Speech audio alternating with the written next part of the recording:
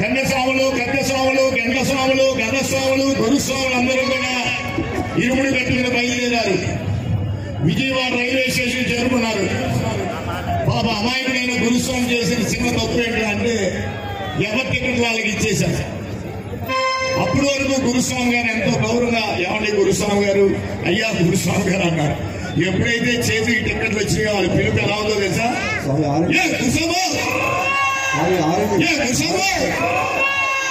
ఈ గురుస్వామి చూస్తున్నాడు, ఎవరన్నా పిలుస్తున్నాను ఎన్నాడు నేను మర్యాదగా పిలిచాను.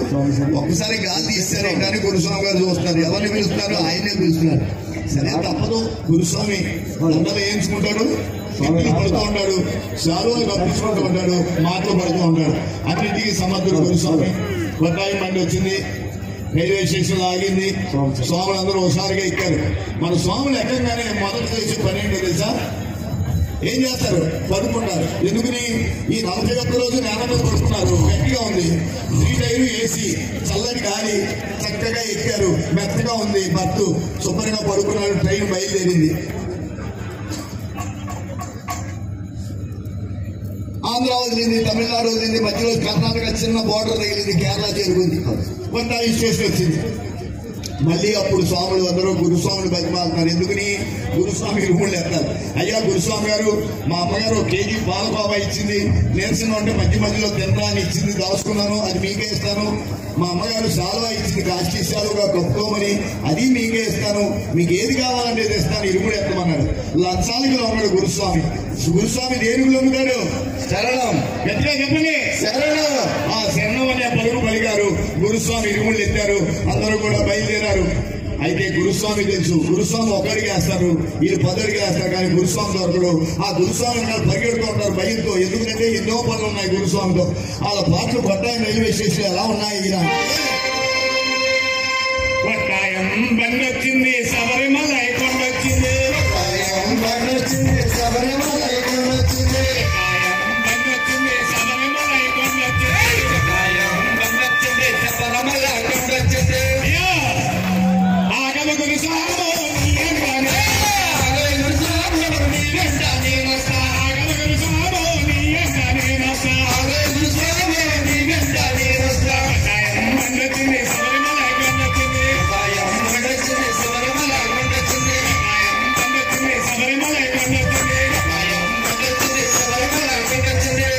హుషారుగా ఉండదయ్యా. జీవితం అంతా నీరసమేనా? ఈ నీరసంతోనే జీవితం అయిపోతుంది. హుషారుగా ఆగమ గురుస్వామి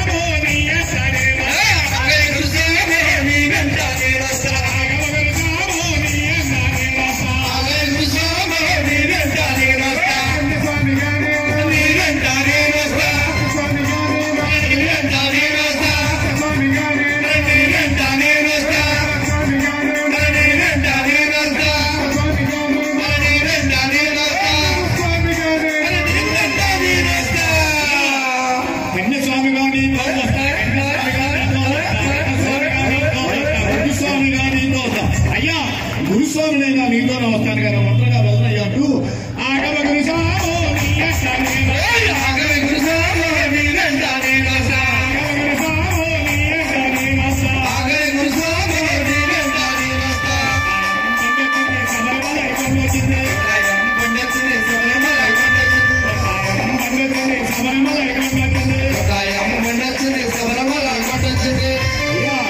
ఇక్కడ హుషారుగా లేరు. కొత్త మంది అక్కడ ఎక్కుతారా? ఆగమ గురుస్వామి